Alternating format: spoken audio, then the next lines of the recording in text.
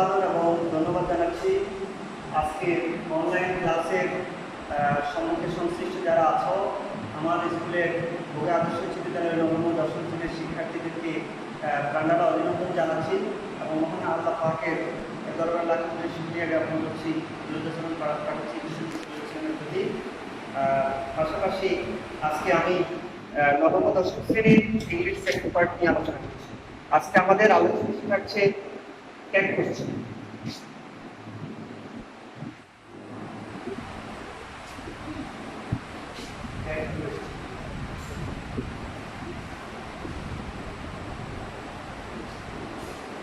শিক্ষার্থীবৃন্দ, ট্যাগ কোশ্চেনটা কি?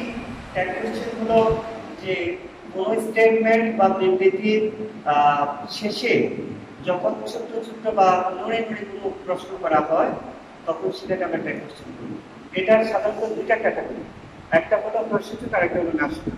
স্টেটমেন্টটি যখন অ্যাফার্মেটিভ বা পজিটিভ হবে তখন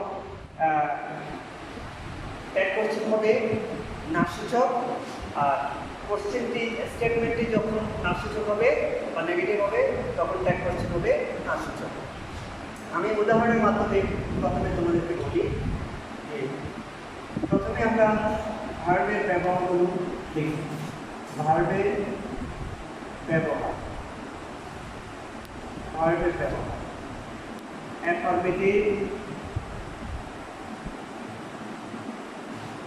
নেগেটিভ।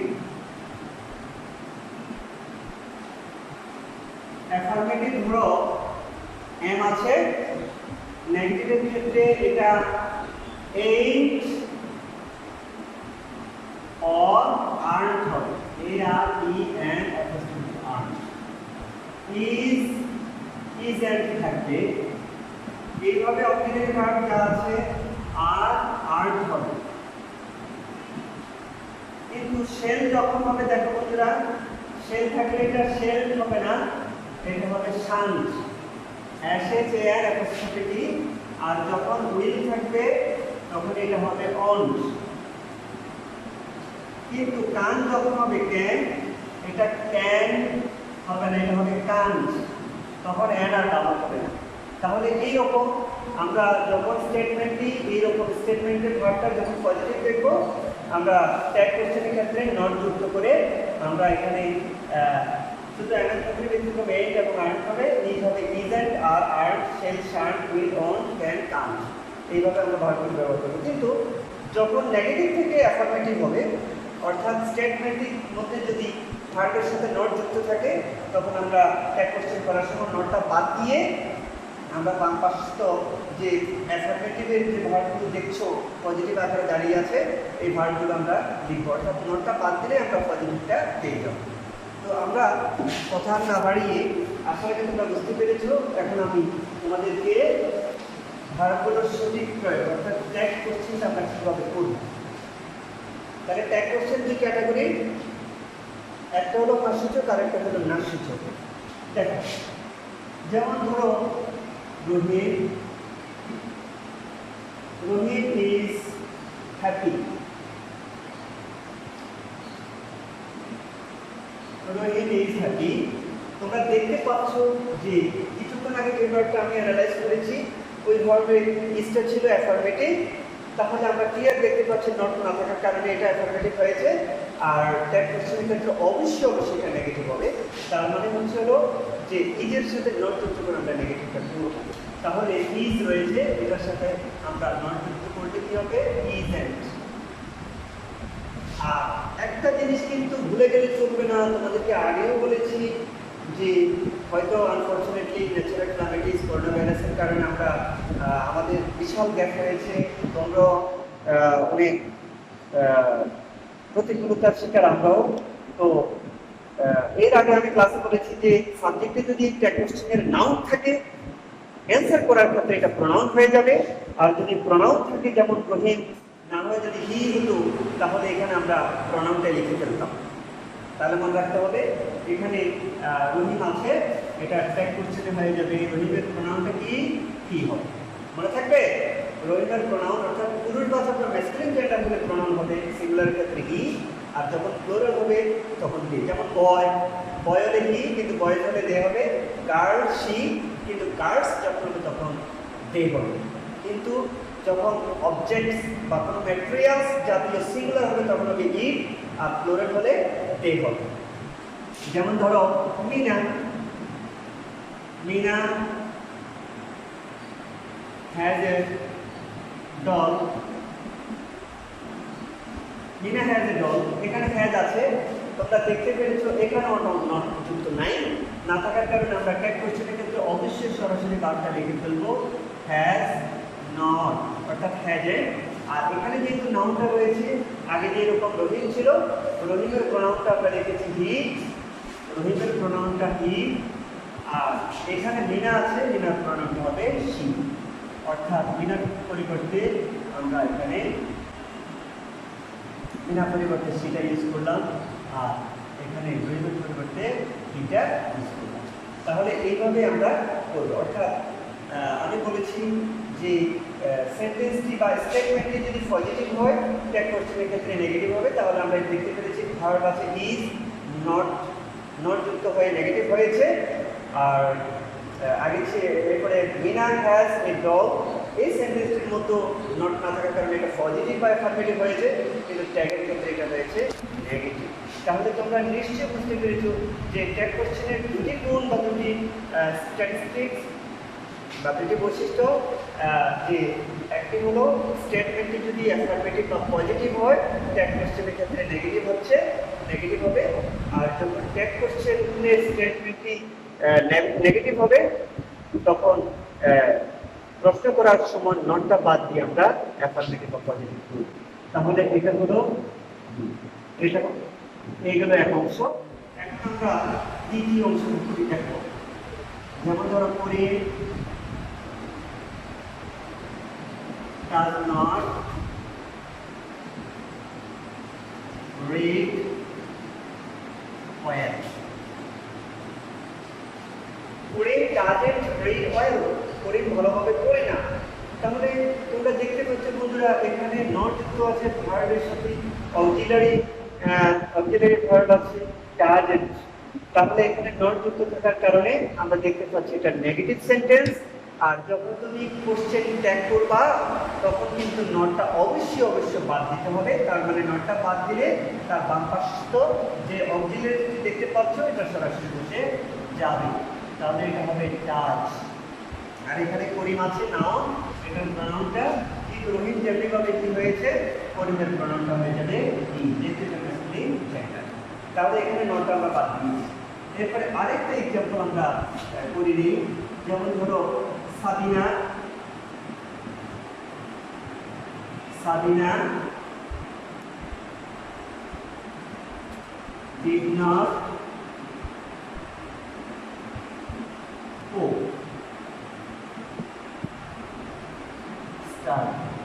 সাবিনা গতকাল রান্না করেনি। Sabina didn't cook yesterday, Sabina গতকাল রান্না করেনি। তাহলে দেখো এই বাক্যটার মধ্যে কিন্তু পূর্বে যেরকম ডাজেন্ট ছিল, ডাজের সাথে নট যুক্ত হয়েছে, এখানে কিন্তু ডিড এর সাথে নট যুক্ত হয়েছে। তার মানে এখানে আমরা দেখতে পেরেছি যে নট যুক্ত আছে বলে এটা নেগেটিভ স্টেটমেন্ট। আর যখন আমরা কোশ্চেন ট্যাগ করবো তখন কিন্তু নটটা তুলে দিয়ে বাদ দিয়ে আমরা অবশ্যই শুধু অক্সিলারি ভার্ব এবং সাবজেক্টের প্রনাউন করে আমরা ট্যাগ কোশ্চেন করব। তাহলে এখানে পূর্ববর্তী এক্সাম্পলটা করে ডাজেন্ট রিড ওয়েল ছিল, আর আমরা নট বাদ দিয়ে নট দেখতে পেরেছি বলে ট্যাগ কোশ্চেনের নট বাদ দিয়ে শুধু ডাজ লিখেছি। এখানে ছিল ডাজেন্ট আর অ্যান্সার হয়েছে ডাজ। ডাজেন্ট থাকলে ডাজ হবে, আর ডিডেন্ট থাকলে এখানে কি বাদ যাবে, নট বাদ যাবে। গুড। তাহলে ডিড নট কুক ইয়েস্টারডে বাদ দিয়ে আমরা নটটা বাদ দিয়ে বাকি কি বলো ডিড। তাহলে আমরা এখানেও ডিড লিখলাম।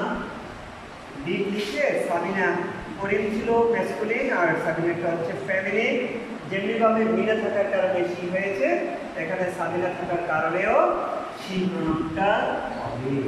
কিন্তু আমরা নট লিখবো না, কেন লিখিনি? যেহেতু আমাদের আগেরই কথা ছিল ট্যাগ কোশ্চেনের যে দুটি বৈশিষ্ট্য, একটি হলো অ্যাফার্মেটিভ আর একটা নেগেটিভ। স্টেটমেন্টে যদি অ্যাফার্মেটিভ হয় ট্যাগ কোশ্চেনের ক্ষেত্রে নেগেটিভ হচ্ছে। এই যে ইজ ছিল ইজেন্ট হয়েছে, হ্যাজ ছিল হ্যাজেন্ট হয়েছে। আর ট্যাগ কোশ্চেন যদি নেগেটিভ হয় তাহলে স্টেটমেন্ট নেগেটিভ হলে একটা কোশ্চেনের প্রশ্ন করার ক্ষেত্রে অ্যাফার্মেটিভ অর্থাৎ নটটা বাদ যাবে। যেমন ডাজেন্ট ছিল ডাজ হয়েছে, ডিডেন্ট ছিল ডিড হয়েছে। নিশ্চয় বন্ধুরা তোমরা বুঝতে পেরেছো একটা কোশ্চেনের ফাংশন। আমি এখন তোমাদেরকে কয়েকটা এক্সাম্পল দেব, পাশাপাশি তোমরা এগুলো প্র্যাকটিস করবা।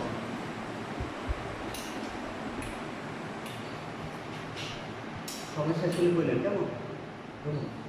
এখন কিছু এক্সাম্পল আমরা দেখব। বন্ধুরা তোমাদের যদি কোনো প্রশ্ন থাকে অবশ্যই আমাদের স্কুল ঠিকানা তোমরা পাঠিয়ে দিবা বা আমার পার্সোনাল কন্ট্যাক্ট নাম্বারে তোমরা কন্ট্যাক্ট করবে ইনশাল্লাহ। I will solve any type of problem ইনশাল্লাহ। I will give you proper suggestions and constructive suggestions regarding this topic. ইনশাল্লাহ ট্যাগ কোশ্চেন্স, শুধু ট্যাগ কোশ্চেন না, আমরা যখন যে বিষয়টা যে টপিকটা নিয়ে আলোচনা করব, যেহেতু সময় সাপেক্ষ আমাদের শর্টলি আমরা ক্লাসটা নিতে হবে, সেই জন্যই ডিটেলস বা পার্টিকুলারলি ডিসকাশন করা আমাদের পক্ষে আদৌ সম্ভব না বিদা, বা তোমরাও নেওয়া সম্ভব না। এই জন্য ফোনে যোগাযোগ করে পার্সোনালি তোমরা জেনে নেবা। ধন্যবাদ সবাইকে। এখন আমি তোমাদেরকে কিছু বাড়ির কাজ দিচ্ছি। প্রিয় শিক্ষার্থীবৃন্দ, নবম ও দশম শ্রেণীর শিক্ষার্থী তোমরা যে যেখানে থাকো অনলাইনে বা অনলাইন ক্লাসটা যদি এখন এনজয় করো, তাহলে এখন আমি যতটুকু আলোচনা করছি এখানেই, পাশাপাশি এখন উদাহরণগুলো তোমরা লেখার জন্য অনুরোধ করছি। লেখো, I am late,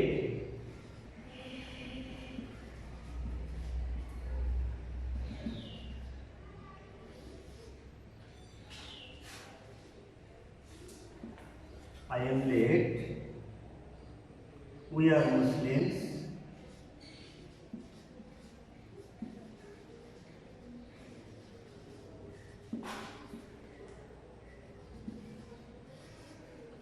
we are Muslims,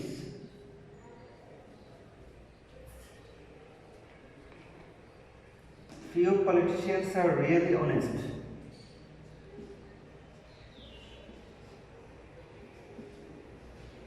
Few politicians are really honest.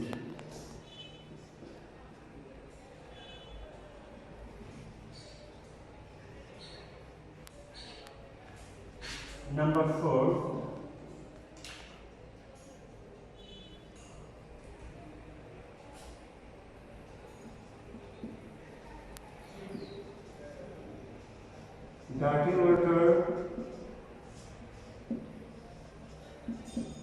dirty water is not good.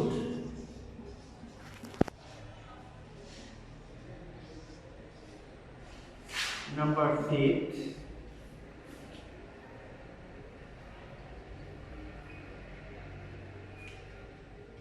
he sat by me.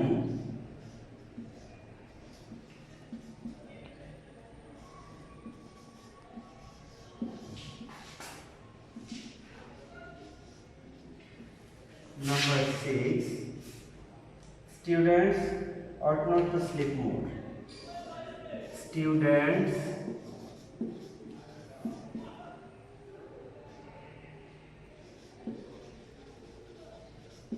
ought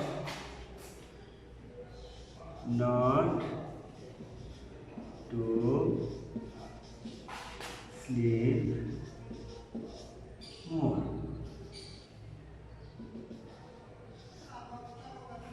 তাহলে এখানে 6টি এক্সাম্পল আমি দিয়েছি। আল্লাহ কে জানি, রুমু দেখা যাবে?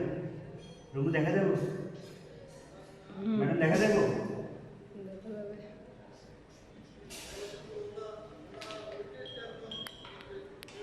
She is not ugly. কয় মিনিট আছে? 14 দেনা কয় মিনিট আছে? 14 হ্যাঁ, কত minute? 14।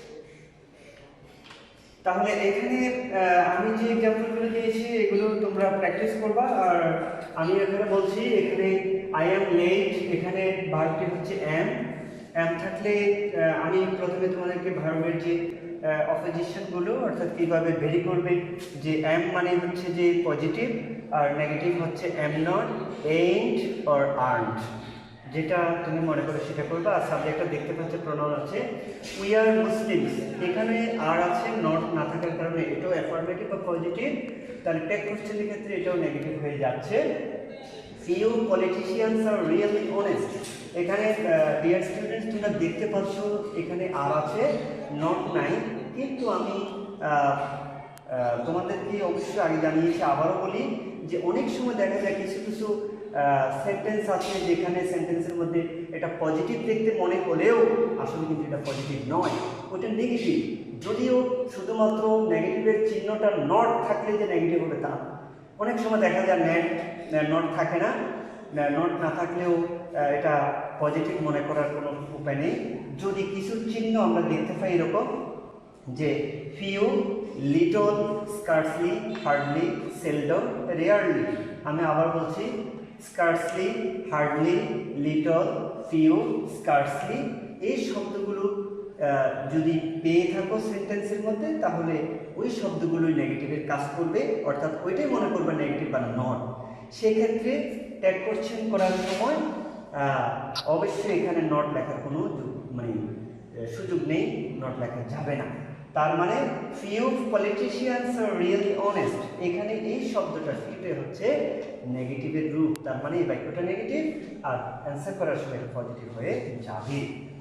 Number 4, dirty water is not good, এখানে একদম ক্লিয়ার দেখতে পাচ্ছ ইজ নট, যেমনিভাবে পূর্বের সেন্টেন্সটির মধ্যে নট নাই, বাক্যটা অ্যাফার্মেটিভ মনে হলেও দেখতে মূলত ফিউ থাকার কারণে এটা নেগেটিভ। তাহলে আমরা এই জিনিসগুলো মনে রাখবো যে অনেক সময় নটের কাজটা কিন্তু 6টি শব্দের যে কোনো একটি শব্দ যদি বাক্যের মধ্যে থাকে, তা যেমন little, few, scarcely, hardly, seldom, rarely, এই 6টি শব্দের মধ্যে যে কোনো একটি শব্দ থাকলে মনে করবো এটা নট, তখন অ্যান্সার করার ক্ষেত্রে ওই নট লেখার আর প্রয়োজন হবে না, তার মানে এটা নেগেটিভ আছে, ওটা অ্যান্সার হবে পজিটিভ বা অ্যাফার্মেটিভ।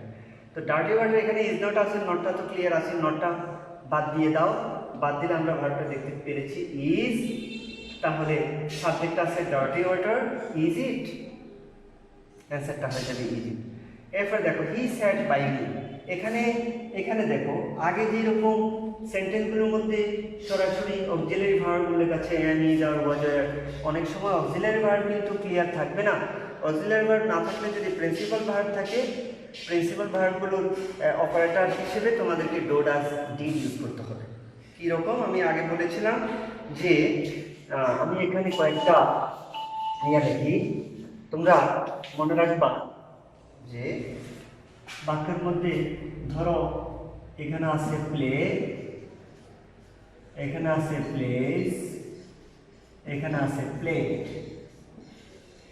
এখানে আছে সিট, সিটের পাস্ট টেন্স হচ্ছে স্যাট, পাস্ট পার্টিসিপল স্যাট, তারপরে স্ট্যান্ড, স্ট্যান্ড, স্টুড, স্টুড, তারপরে স্পিক, স্পোক, স্পোকেন। তাহলে তোমরা দেখতে পেরেছ এখানে আমি পাস্ট পার্টিসিপলের দরকার নাই, sit, sits, stand, stands, speak, speaks. তাহলে দেখো এখানে যে ভার্বগুলো প্রথমে আছে প্লে, সিট, স্ট্যান্ড, স্পিক, এই ভার্বগুলো হচ্ছে ডো ভার্ব, এগুলোর সাহায্য হচ্ছে ডো, মনে থাকবে। আর এখানে দেখো একই verb play, play, sit, sit, stand, stand, speak, speak, শুধু পার্থক্য হলো এই দুটোর মধ্যে এস। তাহলে এস প্রত্যেকটা ভার্বের শেষে এস যুক্ত আছে, এস যুক্ত থাকলে সব সময় ডাজ হবে, আর অনেক সময় আমরা ডো ব্যবহার করবো এটা যদি সাবজেক্ট হিসেবে। আর যখন ভার্বটা পাস্ট টেন্স হবে, ফার্স্ট ফর্ম হবে, তখন হয়ে যাবে সাহায্যকারী ভার্ব ডি। তার মানে এই জাতীয় যত ভার্ব আছে যেমন ইট, ড্রিঙ্ক, কাম, গো, রিচ, রাইট, থিঙ্ক, ক্যারি, এই জাতীয় ভার্বগুলো হচ্ছে ডো ভার্ব। আর এস যুক্ত ভার্বগুলোকে ডাজ ভার্ব বলা হয়, অর্থাৎ এগুলোর সাহায্যকারী পাবো আমরা ডাজ। আর যখন ফার্স্ট ফর্ম বা পাস্ট টেন্স হবে ভার্বটা তখন এটার সাহায্যকারী হবে ডিড। তাহলে মনে রাখবা যখন ভার্বটা সিম্পল প্রেজেন্ট হবে তখন হবে ডু। জি শেষ প্রায়। হ্যাঁ, আর এইভাবে আমরা দেখতে পেরেছি, এখানে দেখতে পেরেছি যে স্যাড ভার্বটা আছে, তোমরা দেখো স্যাড, স্যাডটার সাহায্যকারী হলো ডিড। তাহলে আমরা এখানে লিখবো ডিড, ডিড লিখবো। আর এখানে প্রনাউনটা নট না থাকার কারণে নট আসবে ডিরেক্ট, আর প্রনাউন আছে সাবজেক্ট হি, সরাসরি বসে যাবে। তাহলে এইভাবে তোমরা সেন্টেন্সগুলো করবা। তো আজকে আমি ক্লাস করতে পেরে একদিক দিয়ে ভালো লাগলো আলহামদুলিল্লাহ, অন্যদিকে তোমাদেরকে না পেয়ে কাছে পেলে আরও সুন্দর হতো, আরও ভালো লাগতো। তোমাদেরকে অনেক বিরক্ত করেছি এই অল্প পরিসরে, আসলে দূর থেকে টিচিং দেওয়া এটা সো টাফ। এরপরেও যদি ভুল হয়ে থাকে তোমরা শুধরে নেবে আর আমাকে অবশ্যই মাফ করে দেবে। তোমাদেরকে অনেক অনেক অভিনন্দন এবং ধন্যবাদ জানিয়ে আমি আজকে আমার ক্লাস শেষ করি। তবে তোমাদের যে কাজগুলো দিয়েছি এগুলো বাড়ির কাজ, হোমওয়ার্ক। আমি এই যে এক্সাম্পলগুলো দিয়েছি 1 থেকে 7 পর্যন্ত এগুলো হোমওয়ার্ক। সবাইকে ধন্যবাদ জানিয়ে শেষ করছি। আসসালামু আলাইকুম।